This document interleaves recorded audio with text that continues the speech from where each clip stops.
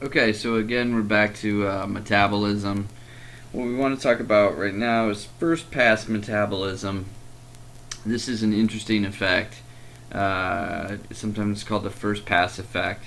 And here, what happens is that a drug is taken, and the concentration of the drug is greatly reduced before it reaches systemic circulation. So what happens here is a drug, let's say it's swallowed, and it is absorbed by the digestive system, and it's carried through the portal vein directly into the liver. Now remember that most of drug metabolism happens in the liver. The liver has a bunch of different enzymes. They're called CYP450 enzymes that break down drugs. Now, sometimes the metabolites of drugs are the active substances, but usually not. So here, that's the first pass. The drug goes through the liver, and it's reduced before it even has a chance to reach the body. So then the substances are eventually excreted. The urine is like the filtration system for the body. There's different ways that you can enhance excretion. So, like the acidity of the urine plays an impact.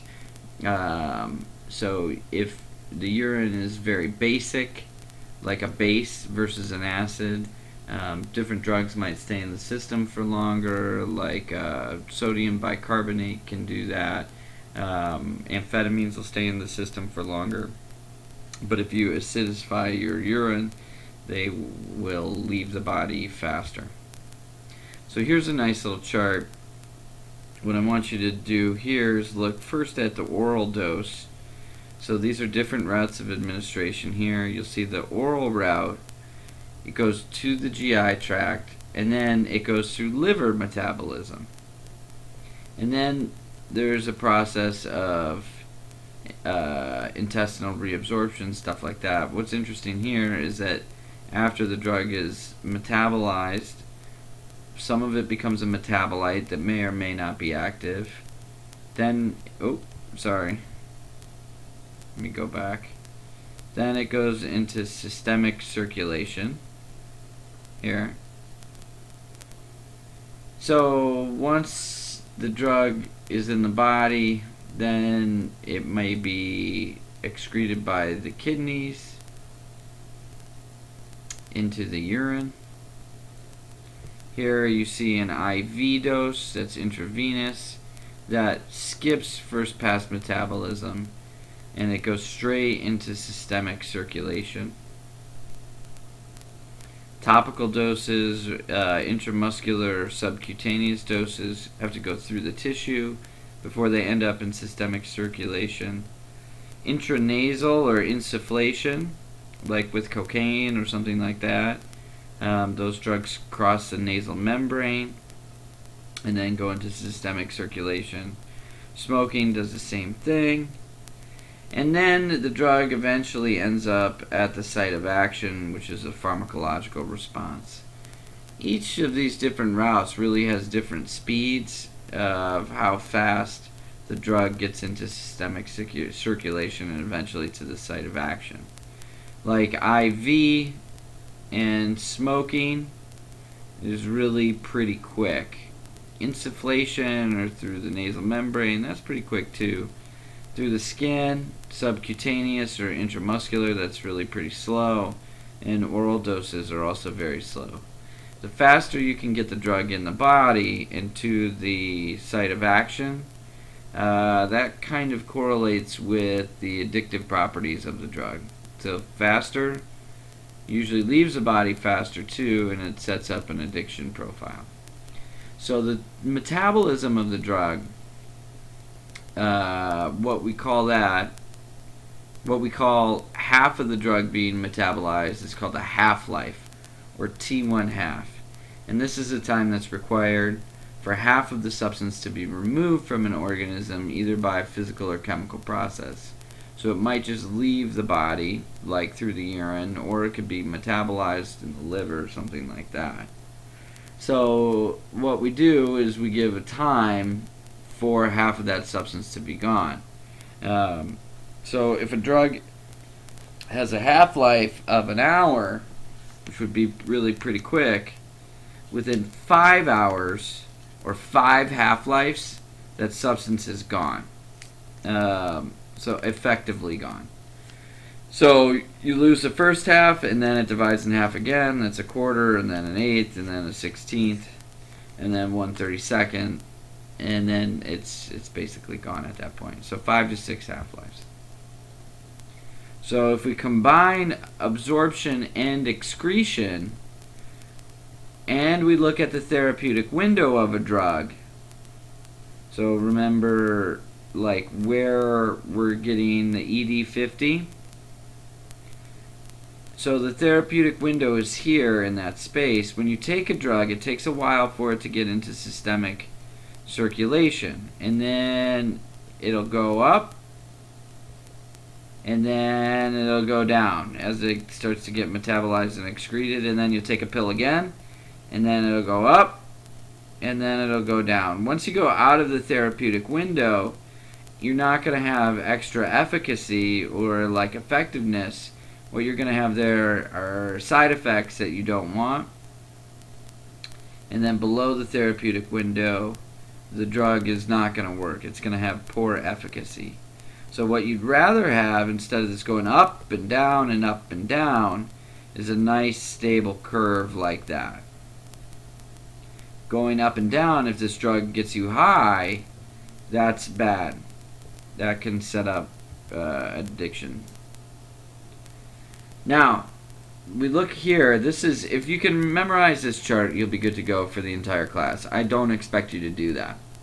But what this chart does is it shows you all the different ways that a drug can affect the synaptic transmission. And there's lots of different ways. So if we start here, we've gone through the neurotransmitter, but we don't really know exactly how all this stuff works. So one here, drug serves as a precursor. All neurotransmitters are made in the presynaptic neuron, so we can increase the amount of the precursor and hopefully increase the amount of the neurotransmitter itself. Like L-DOPA for Parkinson's disease increases the amount of dopamine in the synapse, which helps treat Parkinson's disease. Drugs can make vesicles leaky. So the vesicle contains the neurotransmitter here. It becomes leaky and it lets out the neurotransmitter. Drug stimulates release of TS. So what does TS mean? Transmitter substance. So take out TS, write neurotransmitter. So black widow spider venom that we talked about with acetylcholine, that facilitates the release of the acetylcholine.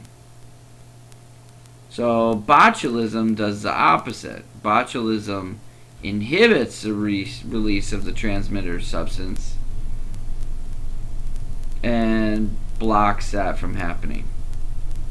Now the nerve gas that we talked about, the VX gas, blocks the reuptake of, it inactivates the enzyme that metabolizes acetylcholine. So we could put VX gas here. Back over here, drug stimulates postsynaptic receptor sites. So the drug can bind to a receptor site directly. We talked about nicotine and the nicotinic receptor, and muscarine is the substance that binds to the muscarinic receptor. I just showed you the picture of those mushrooms. Drug blocks postsynaptic receptors. So with acetylcholine, atropine blocks that, or curare, that's another poison that they use in the Amazon. Drug inactivates synthetic enzymes. So those are the enzymes that put drugs together. So we can block that so you don't get the release of the neurotransmitter like you normally would. Drug inactivates monoamine oxidase. Monoamine oxidase is another enzyme that breaks down different neurotransmitters, and if we do that, we can increase levels of serotonin. Drug stimulates autoreceptors. So if we stimulate the autoreceptor, it'll decrease the amount of dopamine that we have. Drug blocks reuptake of the receptors. Here, cocaine blocks a reuptake pump, so it increases the amount of dopamine in the synapse. SSRIs, that stands for selective serotonin reuptake inhibitor. Those block the reuptake of serotonin as well. And then again here, drug inactivates acetylcholinesterase. That is an enzyme that breaks down the neurotransmitter acetylcholine. Now, a point I should have made at the beginning is AGO here is agonist and ANT is antagonist. So an agonist, whatever is in blue, will increase the amount of neurotransmitter in the synapse, and whatever is in red is an antagonist and will decrease the amount of neurotransmitter in the synapse. And basically, that's what drugs do. So if you look at this chart, the summary of ways that drugs can affect synaptic transmission, like 99% of psychoactive drugs, whether they're illicit, prescription or illegal drugs, will work in one of these ways. So that's it for that chapter.